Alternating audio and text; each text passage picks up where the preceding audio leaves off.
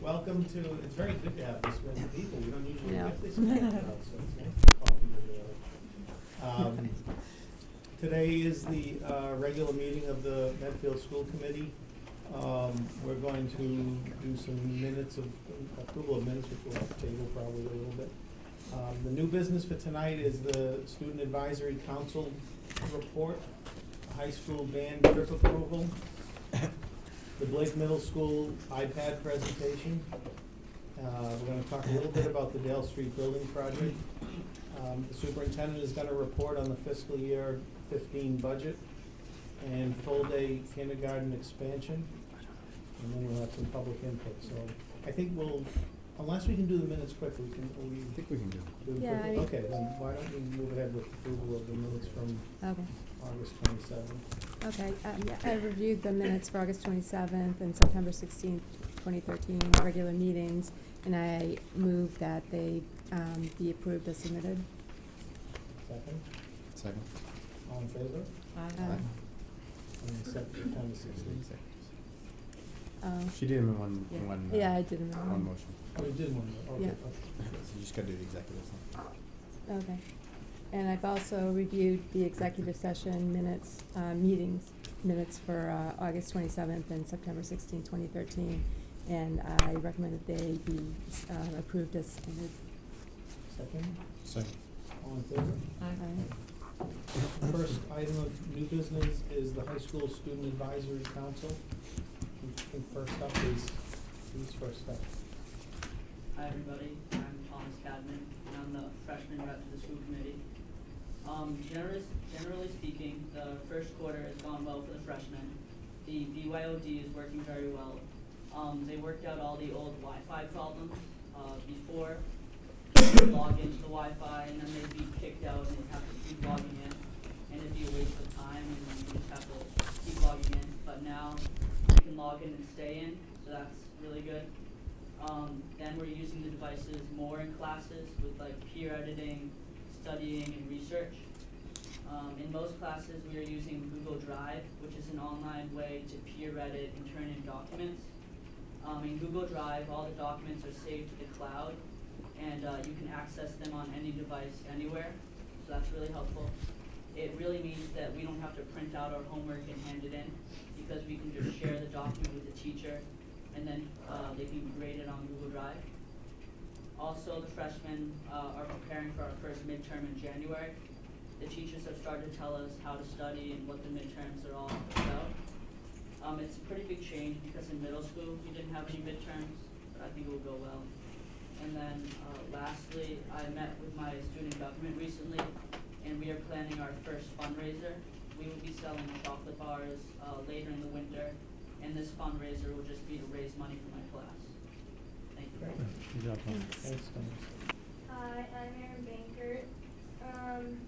So right now in history, well, we already finished this, but it was like a month ago, we worked on a history research paper, and it was like really long process, it was about a month or so, and most of it was just doing a research part of it, which is the hardest part, because you have to get about 10 or so sources, and a lot of those have to be primary sources, which can be hard to find when you're trying to do it from the 1700s, because our history research paper, you could do any topic about the American Revolution.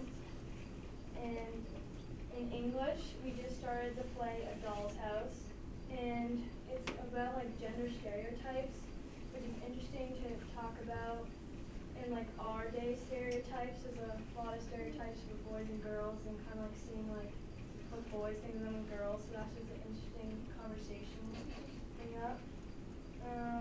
In Spanish, we just did a region project, which there's like about like 12 or so regions in Spain, and you split it up, and your group is assigned. It's kind of like who can get the best place to visit. Like you want to see the tourist attractions, holidays, festivals, good hotels to go to, restaurants. So then after you do that, you present it to the class and kind of like voted like which region you'd like to go to the best.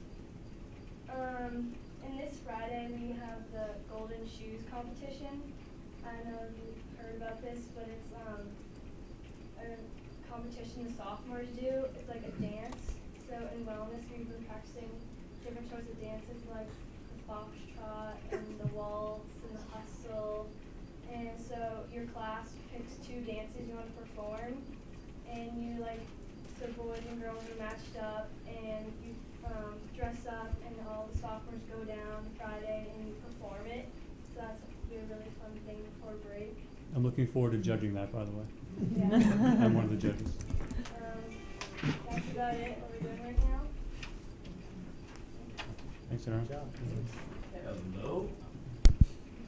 I'm Andy, as many of you may or may not be aware, here for the junior class. Now, we've got quite a few things going on. First and foremost, our government is working on prom, which is the big thing we do at the end of the year. The prom committee has been meeting. In fact, we're meeting on Thursday to talk about centerpieces. Exciting stuff, I know.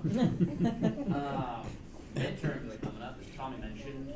We got through for a little bit of a loop with the new schedule, but we're adapting to it pretty well, I think. The hypnotist show happened, and that was a rousing success. We made quite a bit of money for our class, which will go to the aforementioned prom. We also sold clothes at lunches, Medfield clothes, Medfield memorabilia, shirts, pants, other shirts. We still have 2 vintage Turkey Day 2011 shirts left over. Pretty good deal. And most of the juniors took the PSATs a bit ago, and we got our scores recently, and we had some meeting during reading period about that. Our guidance counselors told us what was up with that. And that's really all I have to say. Have a good evening. Thank you. Thanks. All right, thank you, guys. Next item of business is the band trip approval. So, is that you, Jim? Mr. Wilson. Doug's here. Hello, everybody. Thanks for having me.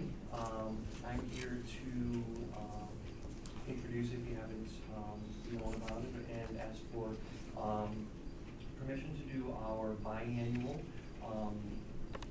music trip. And this includes all of our performing groups at the high school. It's not the band trip, but it's the music department trip because we have the orchestra groups, the choral groups, and the band and jazz ensemble perform. In the past, we have done a biannual trip, which is open to all students, and this is circled around an international music festival where we perform and are adjudicated with other, I think, top groups from around the nation or internationally. We've had the opportunity to work with some fantastic musicians and judges, both well-known in the music field as conductors, educators, leadership, gurus. And we've had a very good track record of doing well in these competitions. It's something that we look forward to. Students certainly practice for, and it's educationally certainly a highlight, can be a highlight of our year. We're hoping to take around 120 students, which is, the interest is up since the last trip we took around 100, so we will be taking 120. For chaperones, we tend to go with one chaperone per 10 to 12 students, which is up. Usually the standard is 1 for 16, and we certainly try to do more than that. We fundraised for this trip, so students that have asked for financial aid, no student is turned away. This trip costs no money to the school budget. This is all fundraised separately, and is student contribution and also fundraising that the groups have done over the last 2 years. Our tour company is the same tour company we've used for the last probably over 20 years, since before I was here. We've used Suburban Tours, and they've had a great record of safety first, and also having planning a really great tour for the students. So I'm happy to answer any questions about this performance competition tour, and any of you. I think it's a great, obviously, you do such a great job with the music program, and this is another great opportunity for them. But curious, how do they take care of missing 2 school days? Like, do they have like tutoring, or do they do something? Well, we tell the teachers ahead of time, and they've always been, you know, good. It's really up to the students to make up the work either ahead of time or, you know, before. It's one of those things that is really on the students to do that, and the teachers know that, and the students know that. So, you know, we've always been able to work it out between the teachers and the students. Everyone all set with passports, Doug? Actually, we don't, for Toronto, we don't need passports. You don't need one? Because it's a Okay. student group. Oh, perfect. That influenced the decision to do that, Nice. because it would have been an extra expenditure. Right. So, there is a birth certificate, Good. and Tim, we actually have had, when Bridget DeSorga was a chaperone on our trip, we did have AP study sessions on the buses, as a matter of fact. I'm surprised by that. So, you know, the kids take their work pretty seriously, and plan ahead. I'm sure they do. Any other comments? That sounds like a great job. Good, great. Do we move approval of that? You do, yes. So moved. Second? I'll second. All in favor? Aye. Thank you. Thank you, Doug. Thanks, Doug. Have a good trip. So the next item is the iPad presentation. I think, Matt, are you doing? Yep, I'm leading, but the teachers and students are going to show. So thanks for having us. Good evening. And fair warning, I could probably talk about this for hours, so cut me off and cut the teachers off too. Speaking for them, I think we all are really just heavily invested in the program. So our hope is to highlight, we're halfway through year 2 of using these devices at the middle school, and things are going well. And we definitely have challenges, and happy to talk about some challenges that we're still facing, and how we're approaching those, but overall very pleased with it. So we expanded from 1 cluster last year as a pilot to the entire 8th grade with the BYO iPad initiative. And it's going really well. So our hope tonight is just to really kind of highlight and give you some snippets of what it's been able to do with our students. And thanks to the students who willingly came to show you. So we're hoping that they'll pair up with you to kind of give you an idea of what some of the activities in class, and not full boat, but just snippets to kind of get a sense. So just kind of talking you through, so this is, and, you know, I love quotations, but this is important because I think there's a lot of discomfort that goes on, and Robert Keegan's done a lot of work about discomfort's really important in learning. And so we talk about that with the process too, because it's messy. There are times that this has been messy, and I just like it that if we're successful, we're all going to get a little uncomfortable. So I think appropriately so, allowing the students to really experience the learning, which has been great. So going back, because we talked about which device is preferred and why, what we found is the iPad has given us a lot of flexibility, portability, and engagement. So a big thing is the battery life of these devices. They last about 8 to 9 hours. So we are piloting the Nexus tablets in 6th grade cluster. Right now, the max battery life we've seen is about 5 hours. So that's a difference, length of school day, looking at that and some other aspects. I'll be happy to talk about how that's going as well. So overarching things that we're looking for our students is these are skills that we want, devices aside, executive functioning, communication, creativity, critical thinking, and collaboration. So our hope is that when we're doing this, we should be assessing this pilot and this initiative with this in mind. This presentation is through Google Presentations, and I'll send it as a link to Jeff, and maybe you can forward it to the school committee too. Sure. So you can see if you want, there's some tabs and some hyperlinks within if you want to get a better look at some of them embedded. So just what's important to us as we're looking at all this device initiative. Talk a lot about that the pencil and pen is technology, that we're not going to use the device if it doesn't make sense. So that's important. It's not 24/7 in the class, nor should it be. So let's only use it if it's really going to enhance the learning and improve it. It's got to be purposeful and practical. Safety is very important to us. Technology is only one tool for teaching, and without a doubt, there's no replacement for good teaching. So that's still a big piece of how we're looking at it. So these are also just some compass points that we're looking at. We want to make sure that's equitable, that we're following the core Blake curriculum, transferable skills. We're being mindful about app selection, not going too crazy with the apps, and the process that we're evaluating. Constantly evaluating what we're doing, and asking surveys of parents and the kids and the teachers constantly to get feedback as to how we're going. And I can share that towards the end about what the feedback we've gotten so far. So before we get into this, I just would like, think about these questions as you see the teachers present some of the apps and the kids. Does the iPad enhance or help with organization? That's a skill we want all kids to have. Does it give access to presentation and learning tools? Does it give us opportunities to collaborate both in and out of the classroom, which I think has been a big benefit for us in how we're approaching things here. Some other school systems have been having their devices, but only kept in school.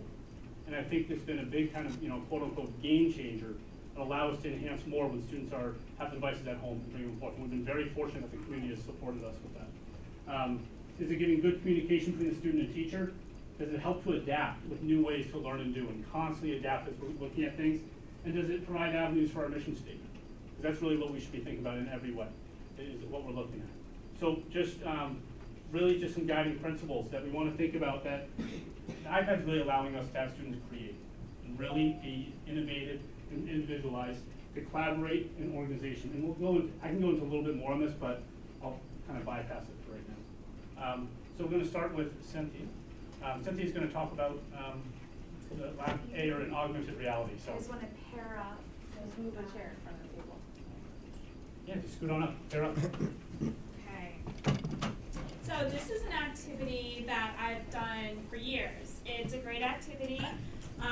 It's talking about like Islamic contributions, and they would have pre-read a little information about each contribution, and then with this activity I'd hang it around my room, and they would have to go and look at the pictures and identify which contribution they're looking at. So they're sort of processing the information that way.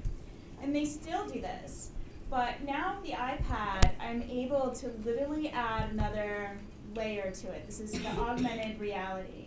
So what the students are going to show you is that now, a second time when they pass around these pictures, that these aren't just two-dimensional, but they have a lot of information embedded in them. So if you can demonstrate the things that you now see, and go around the classroom. It would be like taking a picture. Okay.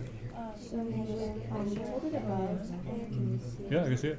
And then you just tap there, and it will scan it, and it'll come up with a website.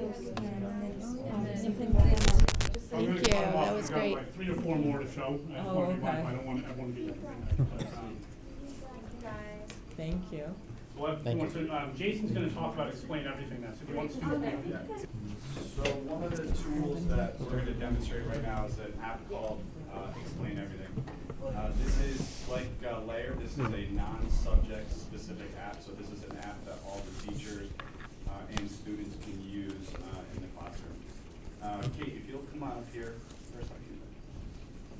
Kate's going to actually explain what she did with the first link. The first link is called App Smashing. What this application on the iPad allows you to do is pull in different forms of media, pictures, video, voice, music, animations from different places, and combine them into one app. And it's actually been coined App Smashing.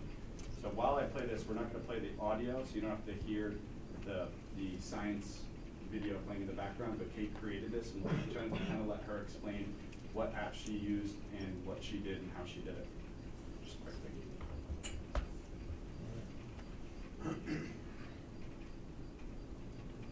So for this project, we had an app called Telegami. Excuse me, Kate, you just use the microphone, Oh. please. So for this project, we had an app called Telegami, where you create a character that on the computer or the iPad where it's like a person, but it's animated, and then you can either record over that with your own voice or type in to make it talk itself. Then we took the recordings from that app and put it into Explain Everything, along with the backgrounds that my lab partner and I had created. So right there, that's our equations on the volume of sand and air. And so that our person would talk over that, explaining what we did. Thank you, Kate. Another nice thing with Explain Everything is we can save these files to the actual iPad. And one of the things that we've been able to do is have the kids publish their work. So as they work in groups and they create things, they can publish them to the website, and they can, how do I go back? And then they can put them up there for viewing. So one of the examples I'm going to show you right here is each of the students was assigned a physical or chemical change. And using Explain Everything, they went in and they explained their specific physical or chemical change. So dissolving, bending, breaking, oxidizing, tarnishing, radioactivity. And they classified them into the 2 categories, and each of these is a video. So the students could actually go in here and watch another student's video explaining their change. And the last thing, and have these guys demonstrate something, another use of this tool is teachers can create templates. So this is an activity that my cluster actually did today, and they are going to show you on their iPad a template where they had a lab activity where they had to capture a pure gas after a chemical reaction had taken place. So what I did is, instead of telling them exactly how to do the lab setup, I showed them all the equipment that they were going to use. And I said, okay, now you tell me how you can capture a pure gas. So on there, Explain Everything is the template that I made and created and gave to them. What they had to do was manipulate the different objects on the iPad and then hit record and explain exactly how they capture the gas. So I will show you, they're going to show you right now how the objects move and what they looked at, and they're all actual images So So once once we we did did the the lab, lab, we we had had to explain how we did it for like students. So he took a picture of the science room and just set that as a background and like where to put All right, guys, I'd everything love for and you how to do it. continue explaining the answer to the question, continue showing them explain everything, but we have so many apps and different things that we want to highlight. So we're going to have you guys show Google Drive, and Sarah's going to move on with that. Thanks, guys. So, one of the students earlier mentioned how Google Drive is kind of the new way to hand in work and work on different activities. Specifically in English, we're finding it to be very useful. And not just English, but specifically for what we're showing today. Google Drive really allows for very easy collaboration between students and other students, and also students and their teachers. They can easily share documents, whole folders. They can share Explain Everything presentations, really whatever they're creating, they can share it through Google Drive so that everybody can have access to it. We're using it specifically right now for our writing process, and peer editing is becoming a lot easier with Google Drive because they can share documents with one another, with me, and we can all look at them and help each other with the writing process. Discussion or blogging in and out of class. We can start sharing documents with small groups of people and having them kind of follow a discussion just right on the document. Everyone can work in the same document at the same time, which is really cool. It allows for kind of an out-of-school discussion amongst students. And then brainstorming also, same type of idea where students can work together to kind of form ideas in one format. This is a sample of one of the essays that students are writing right now. It allows for feedback and communication during the writing process. So I'm not sure if you guys have essays handy right now, but you can see that I have gone into this document, which is one of the students, and kind of highlighted or made comments on things that they need to work on or that are spelled wrong or that have any issues. So it allows for them to have feedback on their writing while they're actually doing it, as opposed to just getting it back to me, I write on it and give it back to them and they never look at it again. So this kind of allows for on-the-minute editing, so you can see that really quick. Oh, gotcha, okay, so it's All right, guys, pause for where you are for 1 second. Yeah. Just one other thing that Seth is going to talk about as well, pause where you are, is another app that we're going to start using more across the 8th grade, but that Seth already has a lot of experience with, is an app called Subtext, and that allows for kind of interactive reading while it's happening, if you want to take that. Hello, my name is Seth Howard, I'm an 8th grade English teacher. You're seeing what's on my iPad, and I just wanted to show you some of the quick, the ones I use on a regular basis, even though I may not talk about them. Nearpod is the next step to PowerPoint for a teacher presentation, much more interactive. Students can real-time interact on an individual basis on their iPad. Socratic, which is testing Google Drive, which is what Sarah was talking about. And again, the idea for that, I have to say, is that I can generate so much more instant feedback that they will get and be able to use and incorporate in their document immediately, rather than them handing in a paper and me having a short, small place to write it and then they have to wait for me to get it back to them. The efficiency is amazing. Subtext is what I'm using now in a lot of the students in Sarah's class and cluster in mine and using to read the books, where they still get hardcovers, but the difference is in this one here, we can create, well, I don't know about assignments, but feedback for them in the margins, where as they're reading, it's almost like I'm standing over their shoulder and I'm saying, what do you think of this, what do you think of that? And they can respond to it as they're reading. So you can see the way the pages go. I'm trying to find one where you can show, where I can show you that, there. Now if I have something like that highlighted in a different situation, I could have it in a margin prompt, where they would be able to touch that prompt, read it, respond to it, see what other people are saying in that response. Therefore, they're finding out whether or not they are reading it and comprehending the text in the way that it could be comprehended. Even when they're making a mistake, they're learning from that mistake. They're finding I am able to see where they're reading by saying, I notice that you have not been able to respond to this prompt here, have you been keeping up with the reading? It makes them more accountable to staying up with the reading. We can go in the classroom and listen, look at their response and have a discussion based on that. So the whole idea is just way beyond what you can do with just a regular book. It's a very big step. So for me, subtext is the next way to have your book.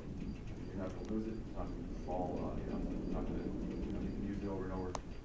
And every single book that I can think of that we're going to be using in English in 8th grade is available on subtext. All the short stories, all the novels, and it's easy to push it out to people. Save money too. Well, if there's any questions. So Aaron's going to do a Nearpod, which Seth referred to. I'm just going to hand it off to you. Well, for the students that are out there, your PIN is WUOIG. WUOIG. Nearpod's an app. A lot of different teachers can use it cross subject. Seth has used it a lot with in uploading PowerPoints that he already has, making them interactive. You can add videos, you can add questions. This was designed actually by another math teacher at the middle school, Brenda Baraki, and her aim was to really show you the different types of questions that you can add to a Nearpod. So it's pretty brief. I've asked the students to show you as the questions are going what they're doing, and I've also encouraged them to make mistakes, because from the math perspective, I think it's one of the most powerful ways Nearpod can be used. So the first thing that happens is on my screen, which I might display at some point, Nearpod is something that the students don't see what I have in front of me. And I can see what the students are doing while they're working, but they can't see each other, they can only see their own work.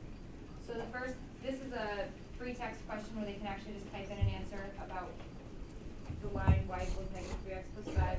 So as students submit their answers, I can see if they've completed the question or not. I can also see how many have answered, how many haven't. I can see exactly what their question is.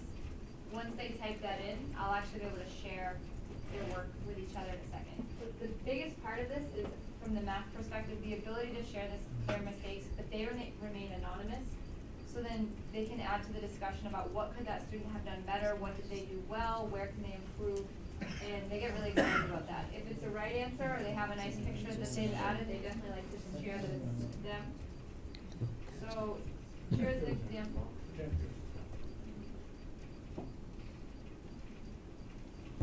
In that auditorium.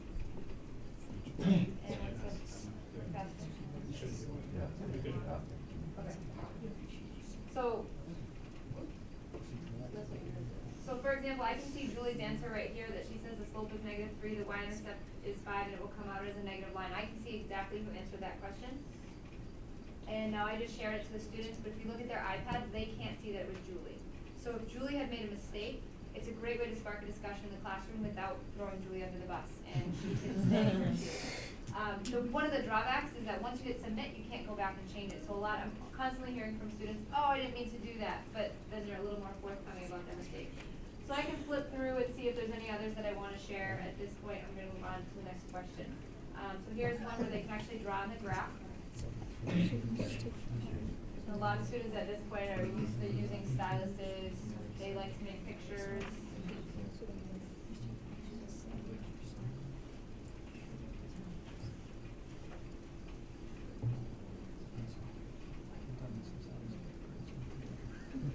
And as the student answers come in, I can see them on my screen. It takes a minute to load, but.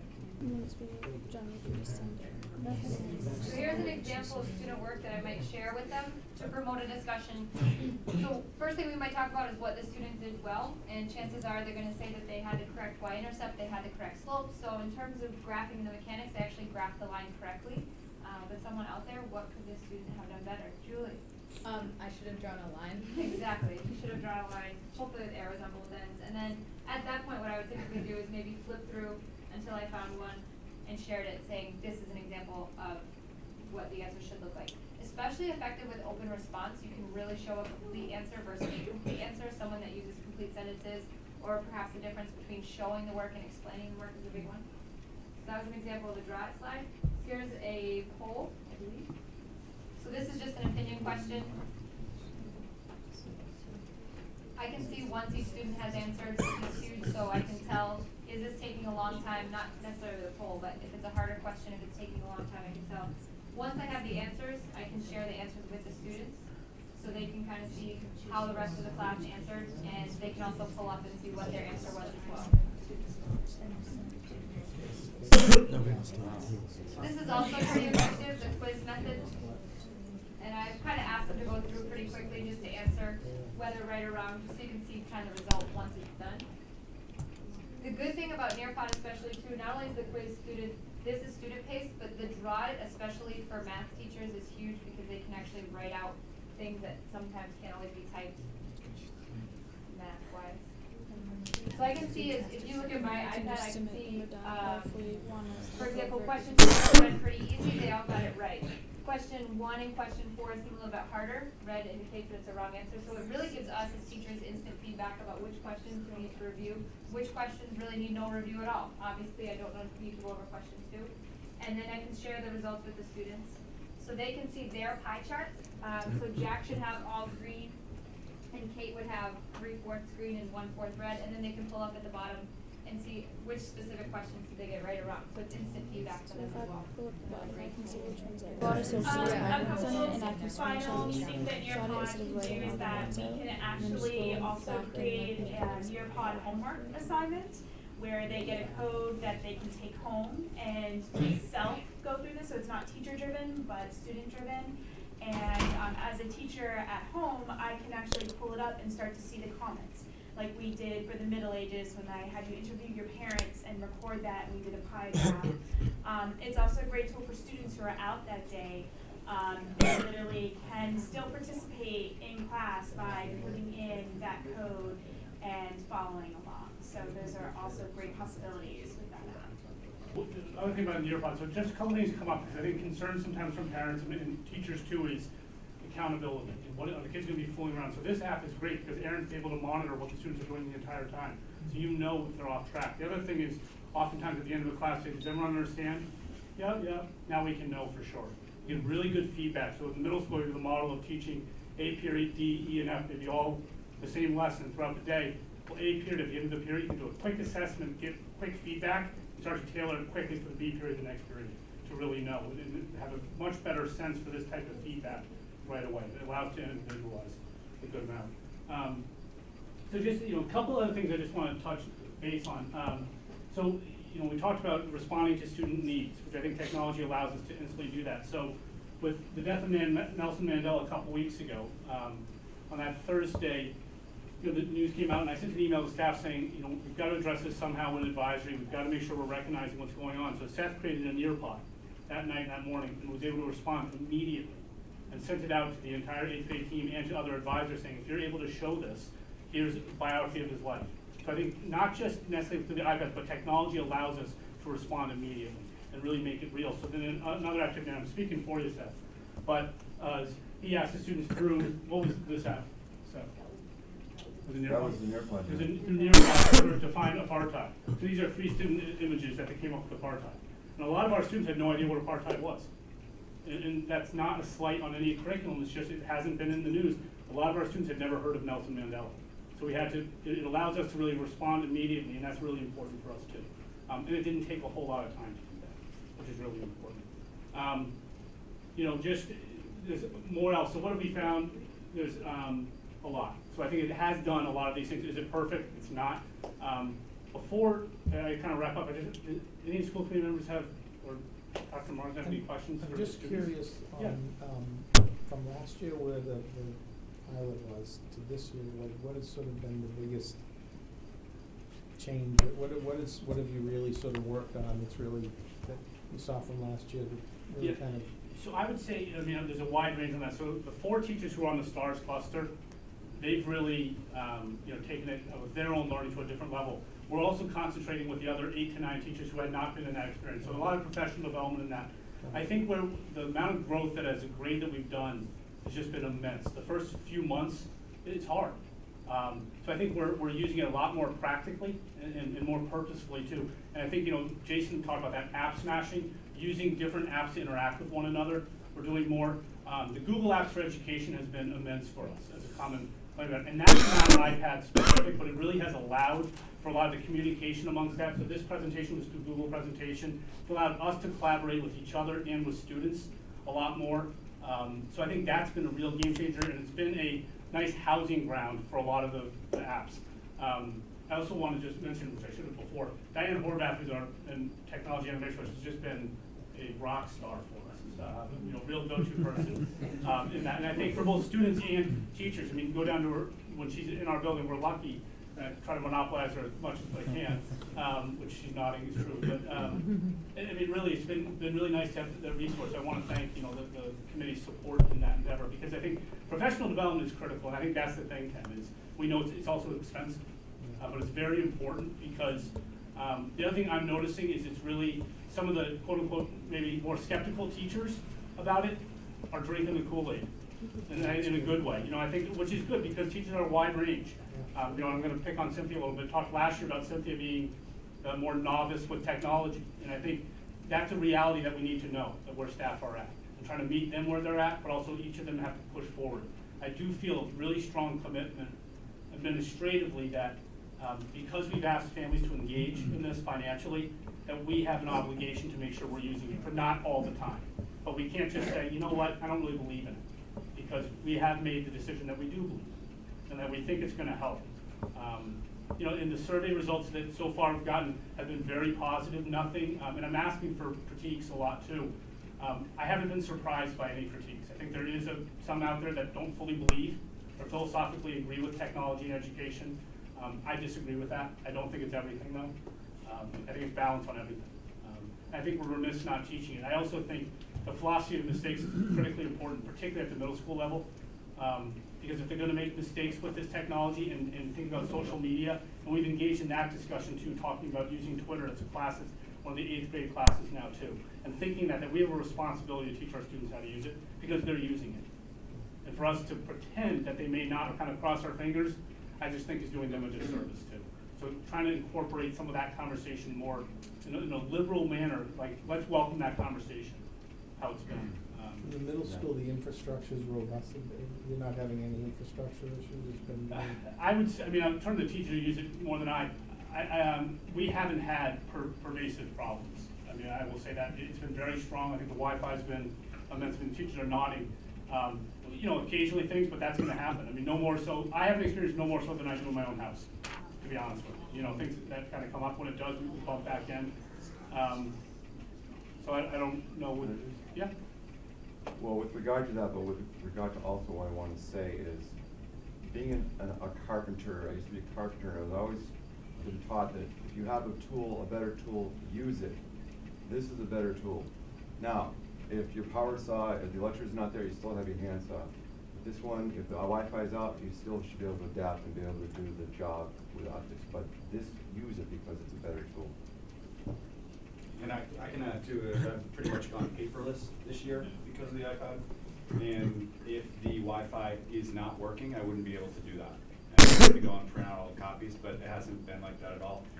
Owen, who's still here, has been absolutely amazing. Yeah. And if we've had issues, he wants to come down and know instantly. He's been very responsive to helping make sure that our structure is the way it should be. Are the kids all on the full-size iPads, or are there iPad minis? And on the, is there memory an issue for any of them? Are they bumping up against memory We problems? would really suggest that they store all of their stuff to the cloud. So, I mean, some of the, Google Drive, some of the apps, they can store their videos and stuff on their iPad, but, we have the ability to store them to Google Drive. And eventually, do you hit a point on either the Google Drive or the cloud where you have to start paying for that storage, or is it always? With the Google Apps for Education, I think you get a huge option.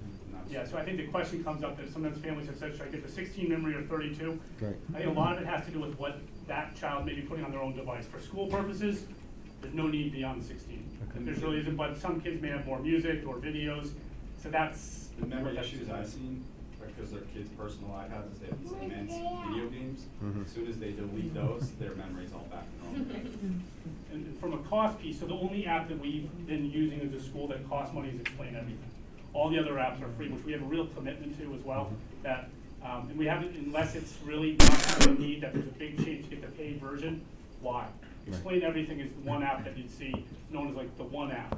If you're gonna get one, that's the one, and it's worth the money. So we've done that for school vouchers, and we've incorporated that into our budget. We do that as part of the curriculum, like textbooks.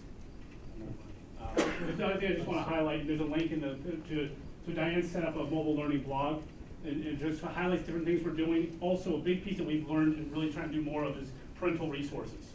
Because I think that's what parents sometimes say is, it's great my kid knows how, I have no idea what they're doing. Or how should I do this with wireless, how should I do that? So we've been trying to add more information with that and highlight that as well. And really welcome questions too, so it's important. And also loads of information. Any other questions? Anyone? I just want to thank you, Nat, for your leadership, and also the teachers for their leadership. It's just, you know, without the hard work that all of you put in, it wouldn't be successful. So thank you for that. Appreciate that. I'll echo that. I mean, that's the thing is, I have to say, you know, and you all know how biased I am about the middle school, but I mean, really, you know, a willingness to just dive into the deep end of the pool and kind of be. And I think that's important. And I would say from your permission as well, because that's a big thing we talk about other districts is, you know, how did you get your school committee behind you to allow you to do this, or how did you do that? And I think. So I just want to thank you for allowing us to be messy with it, because I think if you don't, it's not going to happen. I think it's really important. It's a team effort, so Yeah, appreciate it. to just add one thing too, I think even more than us or Nat, it's those kids that you see behind you.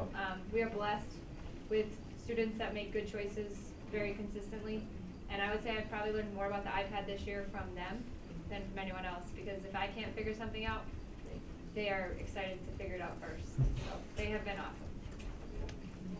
You guys have done a great job. I mean, really, you know, it's obviously we have to get there, and as you said, it's messy sometimes, but if we don't stay with it, we won't get there, so we have to mess a little bit, and it's a real tribute, because I think in a year it's gone, that was what I was getting at. I think that the growth curve is really exceptional in the course of the year. Even with my daughter in 9th grade, what started with the beginning of the year to now is totally, really impressive. So, good job, great job, really.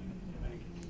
So also just to kind of tidbit about the Nexus pilot. So that's been going on in 6th grade with the Nexus 10 tablets. So far, I would say it's a less preferred device. I mean, just in reality, what we're seeing, but you know, they're using it a lot with Google Drive, which has been great. The app selection is not nearly as deep. We're not finding as many options, but the teachers are doing a really good job with that. And I think it would be nice at some point for us to kind of talk about that as well. But thanks again, thanks students. Thank you very much. That was great. Thank you. And so where that's going in conjunction with the other projects that are happening in town. So, you know, we're moving forward on the police fire concept, which the goal is to get to the Springtown meeting with a request for monies to finish that design and construction for the police fire station. And we've arrived at sort of a solution that basically creates that combined station in its current location, wrapping around the corner, essentially Dale and North Street. One of the things that's going to come out of that, and that's part of why I asked Superintendent Marsden to put this on the agenda, is that we're going to have to discuss, the building committee takes up the current school parking that is across from Dale is used up in the footprint of the new combined police fire station. And the plan is to put the replacement parking for that between the FAF Center and the Dale Street School, which is school, and the project would pay for that. And it would probably be, currently it would be a permanent parking solution that will recreate the same amount of spaces. So we're trying to do that, be mindful that the long-range plan is that Dale Street School, either gets renovated or built new somewhere else probably, and trying to make sure we don't do something that shortchanges that process. But I think even it may be probably could be as early as next year, I would think. Town meeting approves the police fire project, that we will have to, create that parking over there at Dale Street and change that dynamic that's happening there. So just wanted to give you guys an update or answer any questions that you have about it. I think we're trying to get this statement of interest for the Dale Street School, which that process takes a while, and Chris and I are on that subcommittee that's working with that, trying to get that in for this year's 2014 deadline, which might also show up on the town meeting because we have to appropriate money to fund our share of the feasibility study for that. So. But that's unlikely to be for Springtown. Yeah, I got a feeling that probably would be a fall, if it was as quick as anything, it would be a fall town meeting. But there's a limit, once you get accepted, you only have a limited so amount much of time time, to appropriate it, so it would probably be a special town meeting. And is the idea for a debt exclusion for the police and fire station Yes. at the same time as next year's regular election, or? No, it would come this spring. Well, that's what I mean. Yeah, oh, yeah, yes, yeah. The March election? Well, no, it would be an election after the town meeting. Probably in May. We were gonna get it, we won't be ready. Can't do it. Tim, in terms of the parking that they want to put between the FAF and Dale, are they thinking about paving that, to make it a permanent parking? Yes. So, that's an issue now with Dale, where there's no paving in that parking. It would be very, if it was gonna be temporary, the concern is doing something that gets ripped up in some future. But if we feel comfortable that it could be the permanent solution, then it would just be a fully paved parking, Great. all the drainage and, Great. properly engineered. If not, it would be a much stronger, permeable pavement or something that would be better than what we're dealing with now over there. Do Park and Rec and Dale have any problem with paving over that, or? Well, they the use school it? department controls the land, so it's really a discussion for us. Park and Rec, I don't think they're gonna have a problem. They're really anxious to get their solution done. Which, if it works the way we're thinking, they would move into the Dale Street School once that vacates. And do something there. So I don't think they're gonna have a problem with it, but to be honest, I don't think it's been brought up with them either. Cause they do use that land, so. Right, like for math, and I think they use it for gym classes, so they'd have to move that. So I have to go out back, I think. Right, One of I the- guess, yeah. Yeah, I think we're gonna have to sit down with that group, the Dale Street School group and the Park and Rec, and go through all that. Because there's gonna be a certain amount of time where that construction project is going on across the street, and the Dale Street kids are still in there in the same building, right? Well, they'll be there for the full length of the project. So you probably have to do the parking lot first, because. Oh, it'd have to be done yeah. first. Does that have any impact on bus circulation? The Should. Parking lot? Yeah, because it's gonna be right No, adjacent because to the it, loop right? is, it'll just continue, they'll use the same bus. Same loop, right in there. But it will be a busy, there'll be all sorts of, we'll have to have all sorts of planning surrounding that construction project. There's all that pedestrian traffic. It'll mostly be all on that side. Dale Street will be pretty much all on its side, so it'll be separated from. You're gonna give Mrs. Snyder a tick on half-days with construction and kids walking uptown. Most parents. The what? And most parents, Oh, right. a nervous reaction to that. Who said we're having half days? Right. Yeah, exactly. So let's just ban walking uptown. Yeah, exactly. Ban walking uptown. Well, it's all part of what we need to, kind of Right, communicate right. with them and we do. When would that kick We'll let off you if explain that that to your Right, kids. I'll, what I'll, you're doing. I'll let my children and all their friends know that no one's Yeah. allowed to walk uptown once this starts. It probably wouldn't kick off until the spring of next year if it passes town meeting. spring of next year. you know, a year from. 2015. So 15. Mhm. Great. Something definitely needs to be done, I think. Yeah. Yeah, and we'll see, tomorrow they're actually presenting the new look of, their architect's gonna present the final look for it. Okay, So a lot of good progress, actually. good. And so, Superintendent Morrison's report to the committee? Sure, Mr. Chair and members of the committee, I'm just gonna do a quick presentation. I feel a little inadequate that I'm using PowerPoint, which seems so old, so old school compared to what we just saw. But I'll go through some of that and then any questions that you may have. So I just wanted to first go over the process, to date and what we've done.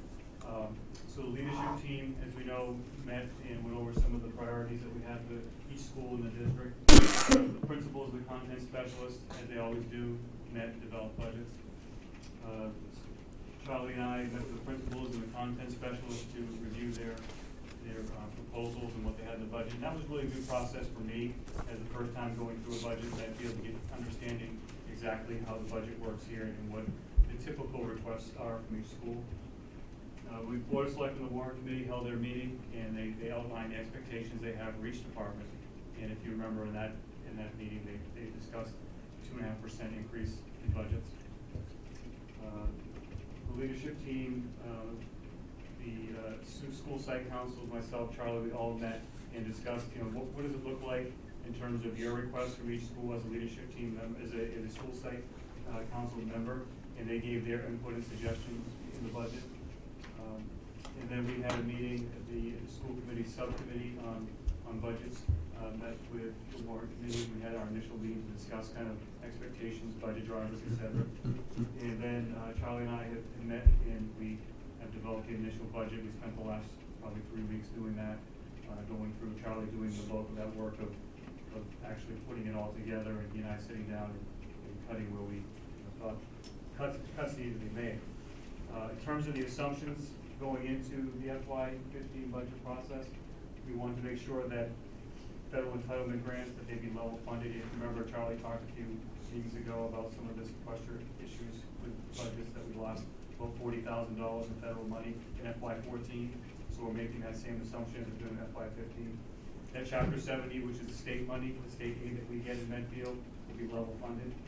That enrollment will decrease slightly. Remember, we talked a little bit about some of those NESDEC numbers and the projections they have for our enrollment, and what that looks like long term.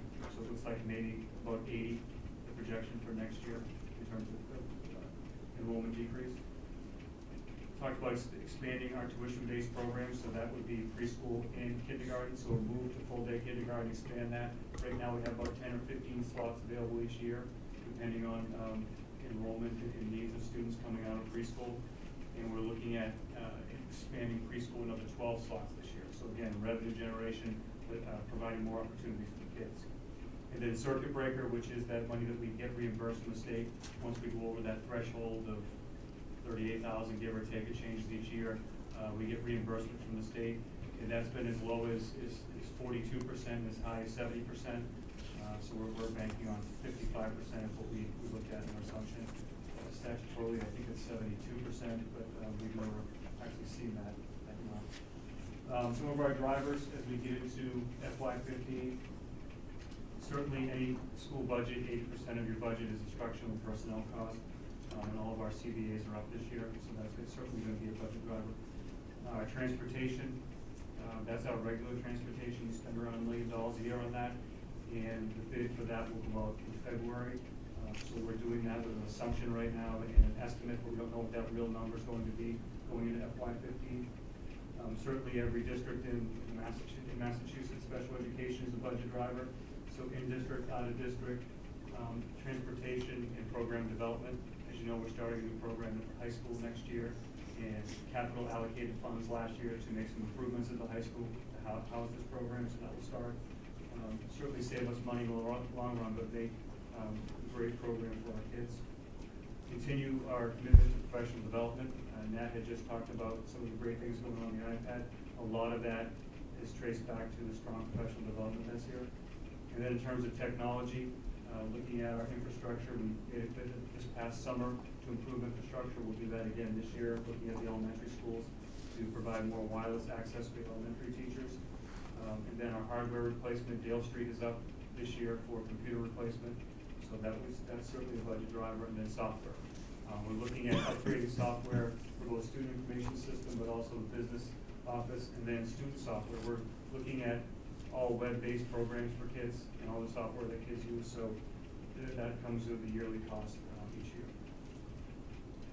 So some of the priorities we have for FY15 as a district and a leadership team, certainly under the umbrella of high academic achievement for all students, we want to maintain and enhance our current staff levels. And that's really important to us, is to keep the positions we have, but also add them when we see they're important. Excellence in teaching is a priority, so again, that commitment to professional development is very, very important to us in those priorities. And you'll see in the budget that we made some moves in terms of professional development, how we allocate it to focus on the priorities. Technology for students and staff, again, upgrading the software and hardware. Early childhood education is taking a look at what we've done in the early childhood and expand the full-day kindergarten and preschool offerings. And then increase revenue generation, which I think is important for every district to look at. So look at our tuition, and then at some point in the next couple of months, I'll bring the fees to the school committee for you to take a look at to see whether or not you want to adjust those or keep them the same.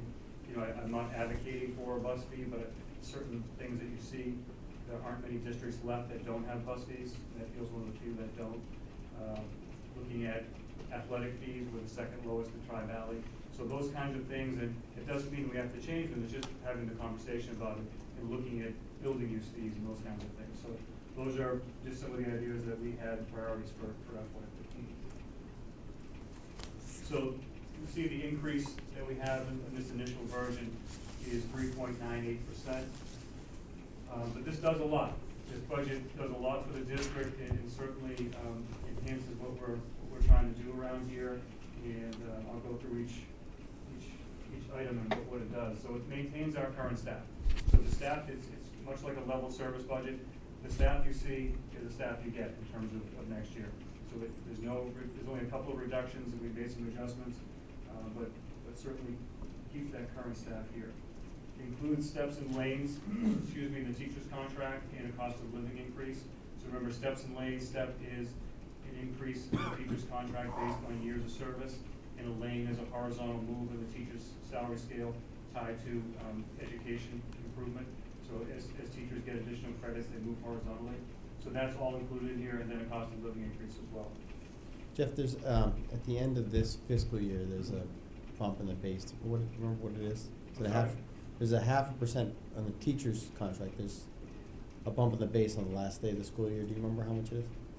No. I don't remember how much it is, but it's calculated into the budget. Okay. So it centralizes professional development spending. So what we did during this process is we took the line items that came out of each school and each content specialist under professional development and put that into the central office professional development. So that what our plan is to develop a 3-year professional development plan so that we can look at providing professional development with the district priorities in mind. So as a district, we sit down and develop that 3-year plan, what areas we think are important, and then any professional development request in the district will go through central office and Kim K's office. And we're trying to develop what that's going to look like, but it provides us a little more control in terms of what teachers are learning and where they're going based on the priorities of the district. So what was happening before? They would do professional development in each school? They would decide. So the schools could decide that either through the principals or the content specialists. So if language teachers wanted to go over a certain professional development, would go through the content specialist budget and come out of that versus coming out of a centralized budget. So we want to just have a little bit more of what to say around that in terms of the professional development. I think that adult learning theory tells us that teachers need to be invested in what they're learning, and I feel really strongly that we provide for that through course reimbursement. The district spends $30,000 a year on that, so that's the choice piece. But if we decide as a district what the priorities are going forward for the next 3 to 5 years, then that's the piece that we need to kind of steer folks in and do that. So that's where we're headed. Can you explain, or either now or maybe at the end, but this page on professional development, obviously there's something happening in the budget with that in terms of how you're accounting for it? This right here? Yeah, in the budget, if you on the professional development page, there's ways it seems like I don't understand it, but you've moved things from personnel to expense, and Sure. Is that like, what's the structure, what's the reason behind that, or what does that do that's a benefit? Are you in the book right now? In the book, yes. Okay. Essentially, Well, you'll see that there's an increase in there of $23,000 because we took that all out of what I just said, out of the content specialist in the building and put it in there. But the personnel, and Charlie, correct me if I'm wrong here, unless you want to. I can try. The driver behind the separation of the one, what used to be one line on item two, is state reporting requirements. So what I would have to do with folks in my office when I have to do the end of year report, which is that huge book that I showed you back in the early fall, we would go through each and every charge to that account and figure out if it was a stipend for somebody to go, or if it was a conference fee, a travel voucher, those sorts of things. So we would, because of our unsophisticated software that we have, we would have to go through it manually and individually break it up. We're required to report these separately to the state, so we might as well begin to budget them separately.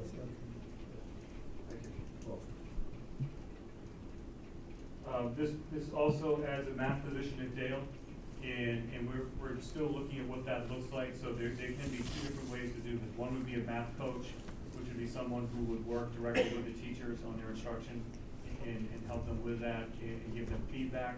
The other would be a math intervention person, which would actually take students out of the classroom and provide those intervention lessons for them. So we're still looking at what the best model is going to be. But if you remember, there used to be a math intervention person at Dale a few years ago. That person went over to Wheelock. So we're seeing the success at Wheelock. We want to carry that over and have that support there. Again, not an extraordinary request here. Many districts, many schools, this is just a commonplace having either one of these positions. So we feel it's important to do that at Dale Street as well. Looking at expanding the high school course offerings, Mandarin 4 is now needed. So we're looking at that. And then also an advanced place science course, environmental science, where we see a lot of people interested in that and taking that online. So now we have a critical mass of kids that we can actually have a class for that. So we thought that was important. Mr. Parker advocated for that.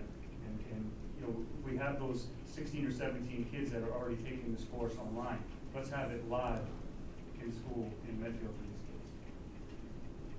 The new life skills program we talked about at the high school, and that's a special education program development. Again, that was allocated last year through capital, and now we're ready to run that program this year. We're actually going to do that as a partnership with the ACCEPT Collaborative, so that we're going to split the cost of staffing on that and also have ACCEPT's expertise in programming input in part of that. So Matt McConnell's worked hard on getting that together with ACCEPT, and we've had some meetings in the last couple of weeks to iron all that out. So we're excited about that program. It's going to be great for our kids. Jeff, how many Medfield kids who are out of district are we going to be able to, do you expect? I mean, I know you got kind of built-in IEPs and things like that over the course of the year. How many do you expect to bring back for that program? I think we're going to prevent 3 from going on. And then after the first year, what we'll do is look at tuitioning in other students from other districts. Because we want that year to get that program under our belt and have that expertise from ACCEPT. But there's going to be a point where we can bring in other students and bring in tuition from this program. And in rough numbers, how much do we save by keeping those 3 kids from going to out-of-district placements? Depending on where they go, whether it's a collaborative or private, you know, anywhere from $40,000 to $70,000 per kid. It all depends on where they would go. Expanding the co-teaching model at Blake. So right now, in 6th grade, they're doing some co-teaching where the general ed teacher and the special ed teacher are working together in the same classroom. We were able to do that and both expand that to 7th and 8th grade. It's a great model. It works really well for kids, and I think they've done a nice job with the initial piece at Blake, but adding a .40 special education teacher will actually allow us to expand that throughout the school. Increasing the hours, days of technology staff, office staff, and special education staff. So these are some tweaks that we're looking at. For instance, if we do get a new student information system, there's going to be additional hours needed for technology staff to implement that over the summer, so that's ready to go on September 1. Our summer program that we have for special education needs additional hours of support with a behavior therapist, so that is built in there. And then the office staff as well, if we do go to a new student information system, they need to have the training and and they also need to be there for the input of data. So that piece really addresses individuals, but just increasing their hours, not positions at all. We also include in here, the projection for transportation. I think it's 3.4% in there. We're just taking a look at what that is. We're not sure what the bid will come in, but we'll get a pretty good sense late February, early March, what that might be. This budget also eliminates 2 positions. One is a full-time maintenance position. We have someone who is leaving us this year in maintenance. We're choosing not to replace that position. And also, due to enrollment, it eliminates 1 section of grade 2 at Lima. Is the maintenance elimination, is that, you're not concerned about what that does? I don't know, like, is it superfluous or? We'll make it work. I mean, there are trade-offs. There will be some things that we'll take on with other people in the house. There'll be some things that we will have to contract out, but we'll make it work.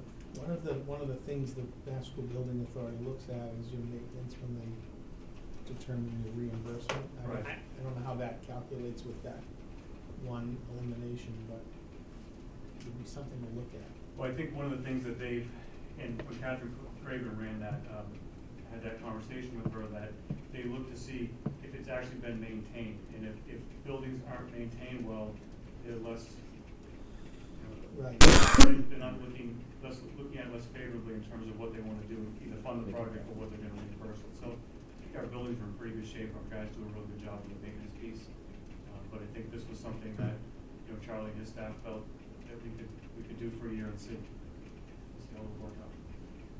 So the new, I forget the name of the new facilities guy, he's on board now. Alan, yes. Is there any reason to think we will get more than 1 bid on transportation? Historically, that has not happened. Well, I know that. And how big will the average class size be in 2nd grade once we eliminate? I think it's either 19.8, it might be in the book, Yes. it's right around, it's between 19 and 21, it's still a really good class size. Grade 2 is 20.1, grade 3 is 20.7. Oh, there it is, sorry, thank you. Just on the anticipation of tuition that we don't have now. Right. Like, would you consider that it's like, you're being conservative with that, or like, is it based on a realistic? So you're looking at this here? Yes. We're being fairly conservative. We don't really know until enrollment starts coming in with kindergarten. I could talk about the next item right now if you'd like me to discuss that. The full day Well, I kindergarten don't know, experience. I'm just curious about from a budget, like how Right. conservative it is. And what we see in that budget, what you see in that budget really is that the expansion of the program, the staffing, materials, et cetera, is offset completely by tuition. So we'd have to make adjustments if that doesn't happen. Right. Does anyone have any questions or comments? It's still fairly early in the process, but I know we'll go into great detail in the next couple of months on some of this. In terms of the full day kindergarten expansion, I sent you an email to let you know that we sent out a survey last week, and I think the survey's only been live for maybe 4 or 5 days. And last check this afternoon, 185 responses. And what we did is we put it out to folks that could be having kindergarten, children entering kindergarten the next 3 years, to try to get a sense of what that looks like. So about 52% of the respondents so far are parents of kindergarten kids next year. And then it's about 25 and 25 for the year after and the year after that. So we want to kind of get a sense of what the interest is with full day kindergarten. I think I've shared with you anecdotally, I've had lots of feedback on full day kindergarten from both parents, staff members, community members that they would like to see that. So we wanted to get some real hard data so we can start planning on this, because we can't build a budget in December without knowing exactly what we're up against in terms of tuition, et cetera. So we're very calculated in the questions. It was very simple. It was when will your child be entering, and then 3 days. But the second question was, would you be interested in a full day tuition-based program with the tuition being between $3,500 and $4,000, just the estimate. Okay? And we want to be really careful to get that information, because that's what we're going to plan for, is who is interested in actually paying for it. Lots of people want it. Right. And we got lots of responses. 70, it keeps fluctuating, but it's about 75 to 76% yes, and 25, 24% no. And the no folks, for the most part, and I asked them, if you said no, why? Almost universally, it's because the questions are around, I pay taxes, I think it should be free, et cetera, or the cost is cost prohibitive. And I guess one of the things that I guess folks need to understand is that it could be free. So we could have full day kindergarten here next year and it could be free. However, you need to make up the difference of what the state does not give you with Chapter 70, because the state only mandates half day. So when you submit that report in October, you get credit for half a kid. Even when you have full day tuition, you still get credit for half a kid. If you decide to go all full day with no tuition, you get full day credit. But there's a delta there between what it costs to run it and what the state's going to give you. So for instance, Holliston charges $4,000. Okay, they're looking, and they've done that for probably, I think, 10 or 11 years. They've had their program. How long is their day for kindergarten? How long is a full day is not for kindergarten? It's the same as full day for first. Yes, sir. Or is it full? Yeah, same. Full day? Yeah, so it's the same full day.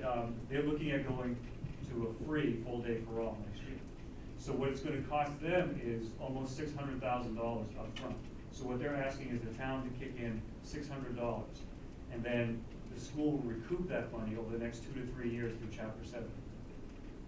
I just don't think that Medfield's in any place to ask, or we are in any place to ask the town to front the money for a full day kindergarten program, and then hope that the state will recoup it for the next few years.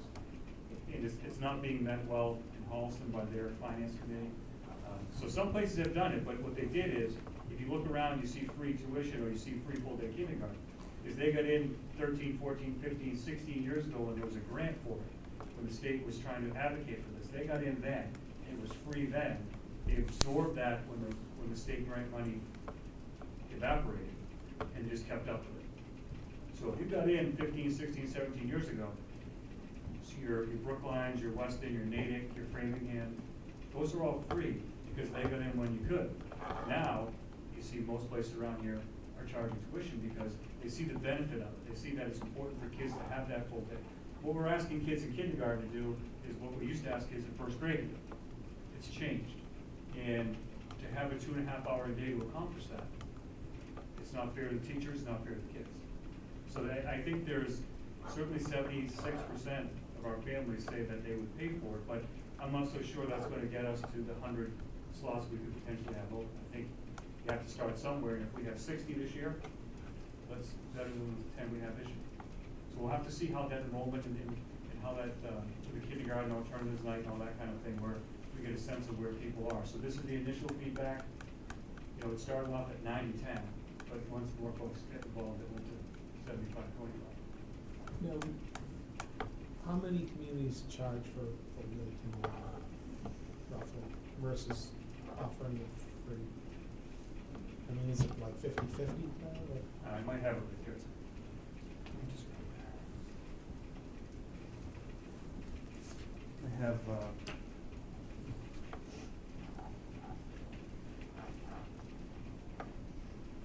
so just some local communities, Canton, 3,500, Dedham, 3,400, Holliston, 4,000, Hopkinton, 4,000, Medway, 3,400, Willis, 31, Norfolk, 36, Walpole, 38, Wayland, 4,000, Westboro, 4,000. Westwood actually 1,800, and part of that is because they got in on the grant, and you can't charge over 4,000 with the newest round of grants, and they're doing the program with 1,800, and they do actually half day every Wednesday in their program, and then rent them, I think from 3,500. So it's fairly common. Probably, I don't know if it's 50-50 split, but it's fairly common. Is the I confess it was a long time ago that I was in school, but at the time, the research was sort of like, you know, the efficacy was good for a year or two, but then Yeah. it didn't, you couldn't tell who had full day and who had half day, and then there's a question of whether it's really worth that investment on anybody's behalf. Has that research changed at all? Yeah, or is that's it changed, still- that's changed a bit. I mean, I think one of the things that they're seeing immensely is urban areas, what the difference that's making in urban areas, where potentially it might be an environment that may be not as enriching in the home as others, so that they're getting a sense that it makes a big difference there. You know, you're never gonna hear me say that if your kid goes to half day and goes to full day, it's the same education, because it's not. I mean, if you get 6 hours of instruction and you can have teachers provide additional interventions and supports and expand learning in 6 hours versus 2.5 or 2 hours and 45 minutes, it's not the same education. Where it was before, teachers could see very clearly who the full day kids were and who the half day kids were when they entered first grade. But what about when they entered second grade?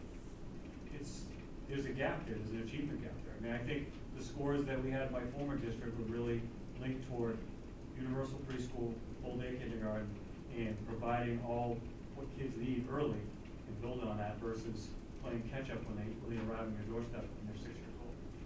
You know, I could give you lots of data, lots of research on that.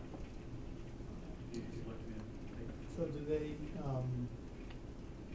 so if you can't afford it, you obviously can't pay. There's no program out to help people that can't afford it. Well, I mean, that's something that you folks would need to decide once, you know, there's sliding scales you can do. You know, some districts offer sliding scales, others it's either pay or you don't. It's not like it's a $250 athletic fee we waive. You know, we're talking a lot of money that is lasts the entire year, not just the season. So it's kind of different in those terms. But it's kind of a struggle to think of, you know, if you can't afford it when you're a kid. You're more likely to be the kid who needs it if you can't afford Right, it. I mean, that's a little equity. No, and that's what districts grapple with everywhere. Anyone that charges for tuition, that conversation happens a lot. I think it'd be, from my perspective, it'd be good to have some more of the data, because, you know, I frankly, I hear the data that says that it works. Wonders in urban districts where, you know, they're not getting 80 books read in the first year, whatever the number Right. was. But, that's not the community we have. Right. And so I'm sure you're not surprised to hear me say it, because of the questions I've asked. I'm not that, you know, on board with the idea. I'd like to see some more of the data. I mean, I think.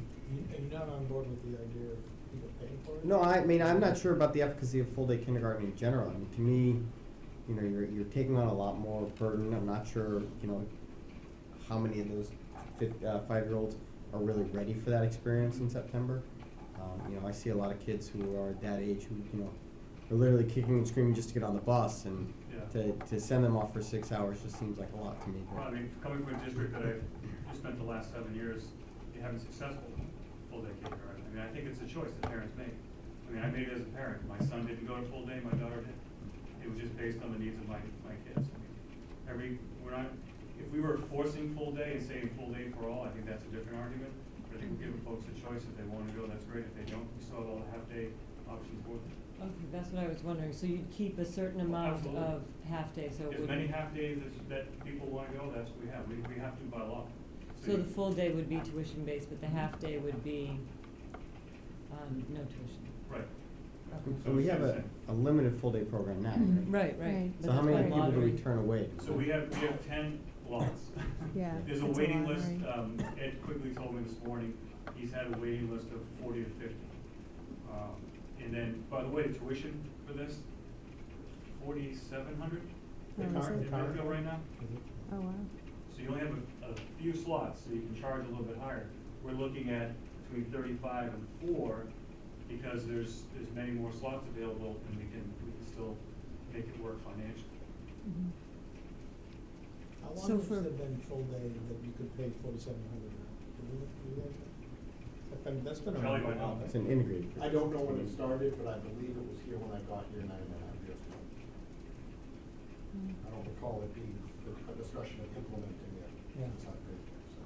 It's integrated, so only some of these students are paying 4,700. Integrated students don't pay. That's why there's only 10 or 15 slots depending on it. Okay, okay. So the impetus to Yeah. do that was special education driven versus Right. Providing education for all. That was the impetus. Right, so. Which is why we have all these private places sprouting up in Medfield because Yes. of the lack of full-day kindergarten. And that's why it is what it is. And so for people who have an issue with the tuition, their option could be to go to half-day. Half-day. I mean, in essence, I guess, to justify in my mind, it's basically getting in the business that there's plenty of private people out there doing it, so it's instead of going there, you pay the tuition to us. Right, and I don't know what the preschool tuition is now, you know. That must be pretty competitive, I would. Well, some of the feedback that I've gotten, I'll send you all the feedback that I have, 'cause I have PDFs of it, but many folks are saying, I've sent my kid to private preschool for a full-day program, and then they come to Medfield for a half-day kindergarten. So then they're supplementing, they're going to other private places in town, or they're going out of town, or as one parent told me, not school choice, but sent to a private kindergarten full-day in Dedham, because there was no option here in Medfield, because once you didn't get those 10 or 15 slots, then you're out. So it's not like I think it's a different conversation if we're saying we're going all full day and everyone's full day and that's it, versus we still have the half-day option, but let's give the folks, the 75% of the parents that say this, that they'll pay for it, let's give them that option as well. I mean, it's an individual family decision. And there's no state funding for people that aren't able to send their kids for $4,000 to full-day tuition, so. We'd have to come up with that. We were gonna- That would be something that the town would have to pay for. The Or you parents just, would they have- just don't go. Or you just don't go, Yeah, right? I mean, my former district, 7 years, and they just don't go. Mhm. So it's really what you folks wanna do with that.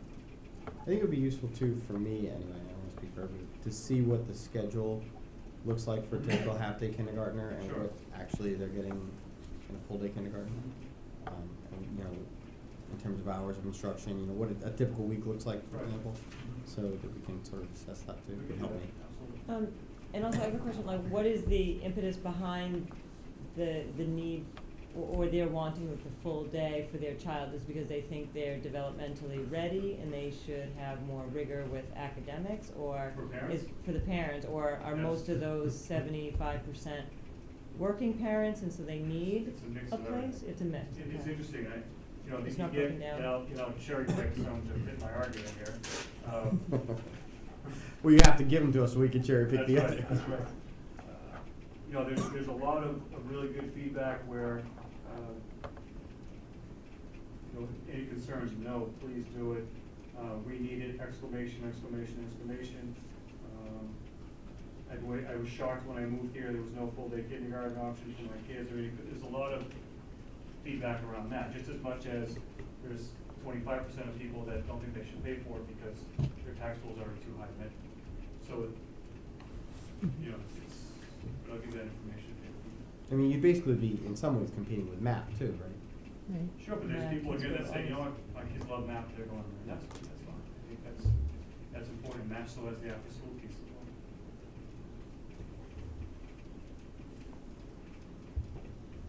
Good stuff to chew on. Yeah, exactly, Right. yeah, Sure. think about. And there's some really good information here, great feedback.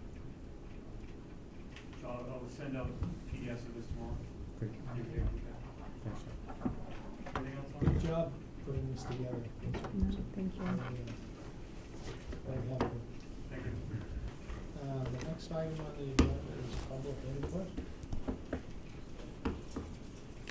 Should have did this in the beginning. when I was on. Exactly, no kidding.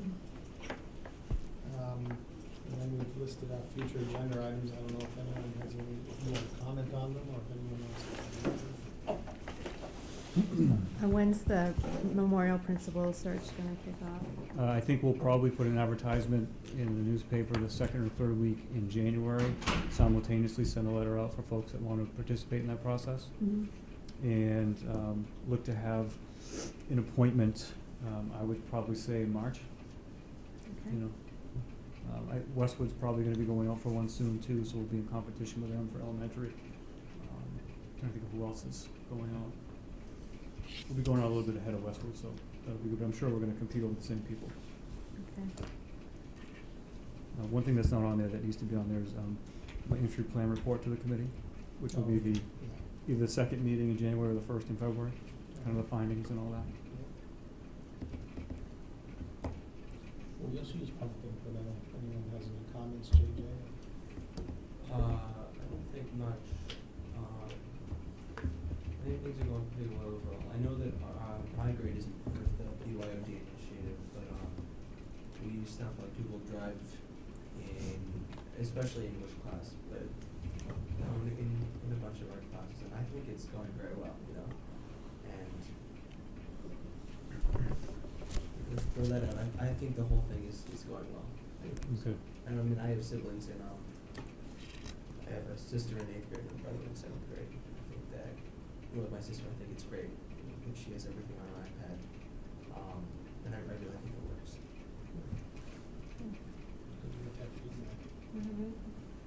How's the connectivity been? Better? Yeah, it has been. Owen has worked a zillion hours on this. Yeah. He's been really working hard on it. I know the freshmen were complaining. I know Thomas Cabin was saying stuff about that, but I think it's been resolved. Mm-hmm. I think that's fine. Good. The only thing, I just was wondering about the report cards. A couple of people have asked me why it's gotten pushed back to, I think to tomorrow they're coming out. And they you used to get them at your conference in November, and just any idea why that changed? I think we're looking at the calendar for trimester. Okay. And the way it fit in was November wasn't a true trimester. You needed, I think, 20 more days to make it that way. I believe I think that's the conversation I had with the principals. Okay, gotcha. It seems like the conferences, it's kind of funny not to have a report card to talk about at the conference. I thought that was really funny. So maybe we rethink that next year. Yeah. I think what we need to do is put the conferences later so that they match up with the trimester. Yeah. You know, I think that the calendar was set, and we talked a little bit about how that would work and when report cards would go out, because I think teachers felt they were having conferences and they still had 20 more days left in the term. So they want to kind of adjust that. So we need to, as part of the calendar discussion probably, is making sure that conferences happen simultaneously with the end of the trimester versus the traditional November, which they've always been. It's too bad it all bumps against Christmas now, you know. Right. Report card for the teachers. Right. I'm sure it's hard. To have conferences too, I can't even imagine that. I think it may have been more an issue at Dale Street, and then they wanted there to be consistency and have all elementary schools in the same schedule. Okay. I think it had something to do with the trimesters affecting Dale, like having real marking periods with more letter grades and things like that. Okay. That's something to think about for next year. Thank you for that feedback. Nothing from me tonight. All right. Meeting adjourned. Next meeting is Monday, 13th, which I'm gonna have, I won't be able to attend that meeting. Chris in the big chair. Hi, I'm Mike Sullivan, and you're watching Medfield.tv.